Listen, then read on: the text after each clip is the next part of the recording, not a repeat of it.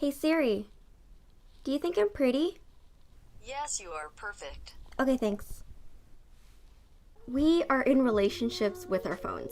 They're the first thing that we see in the morning, the last thing we hold before bed. They're always touching our butt, or our thighs, or on our table.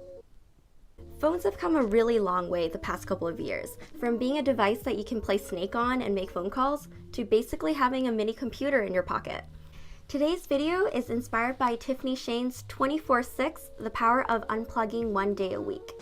She talks about her experience and why she committed to going one full day every week without her phone.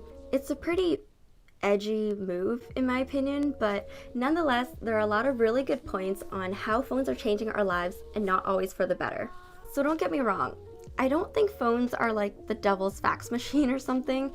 Our phones actually contribute positively to our lives in many ways. For example, we have access to information anytime we want. If I eat 2 pounds of nachos, am I basically 1% nacho? We're also able to stay connected with our loved ones, such as our overseas friends, our grandparents, or that uncle that comments on everything on Facebook. It can also help us get work done faster, help us track our health. The possibilities are endless, but at what cost? We become subject to this thing called phone addiction. This is your brain.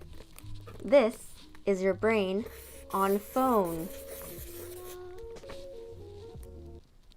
But really, behind every app is a team of psychologists and engineers that find every way to get your attention. Tempting notifications, a convenient interface, these are all ways to get you hooked. I don't want to be a cliche and say, the phone stimulates the same pathways as cocaine, because honestly, a lot of things do. Cocaine stimulates the dopamine response, which is active when we're experiencing reward, such as when eating food, or when having sex, or when we receive BuzzFeed quiz results that if I were a soup, I'd be a butternut squash. So it's really not that special, but it does have an effect on your behavior. Sometimes we're not just addicted to what we see on our phones. Sometimes we're also addicted to holding it in our hands. Like, whenever we get a moment, it just feels like instinct to reach into our pockets, take our phones out, and start aggressively harvesting entertainment. We're taking in more information than ever, and our minds are running a mile a minute every second of the day.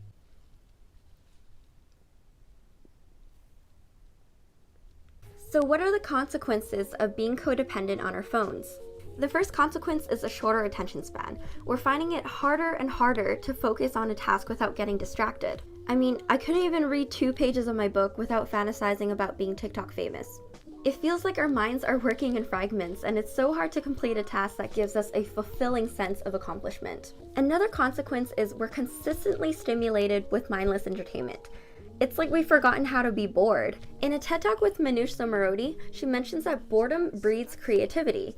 Like, remember when you were kids and in the summer there was no school and you had nothing to do and you just lie around all day and be like, I'm so bored, I don't know what to do. Well, you made something to do.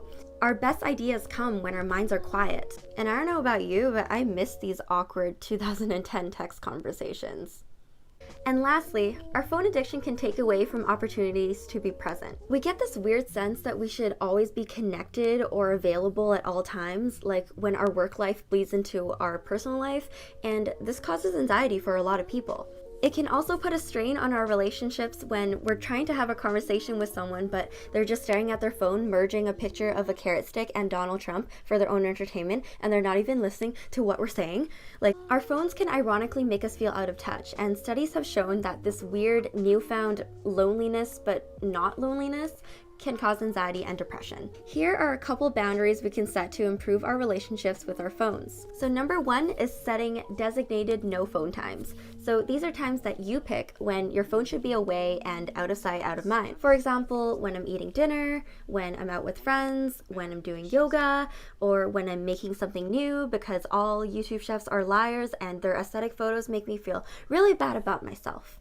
Number 2 is be selective with your notifications or just completely turn them off. Some apps love setting notifications that aren't really necessary and don't really have anything to do with you. Cough, cough, Twitter. So you can decide if the notifications are vital or if they're just excess noise. Number 3 is turn your phone on grayscale. Psychologists have found associations between color and emotions. For example, that loud as fuck red notification bubble that provokes a sense of angry urgency. Also, by making your phone less attractive, you're less likely to look excessively at it. So I hope this video made you think about your relationship with your phone. I mean, all relationships are different. My phone and I love each other, but not without its ups and downs. Thank you for watching, and I'll see you next time. Bye!